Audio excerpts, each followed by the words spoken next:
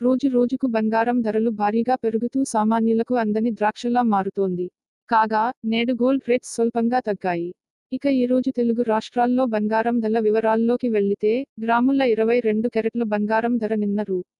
68,750 ఉండగా, నేడు రూ. 150 తగ్గడంతో గోల్డ్ రేట్ రూ. 68,600గా ఉంది. అలాగే 10 గ్రాముల 24 క్యారెట్ల బంగారం ధర నిన్న రూ. 75,000 ఉండగా, నేడు రూ. 160 తగ్గడంతో గోల్డ్ రేట్ రూ. 74,840 ఉంది.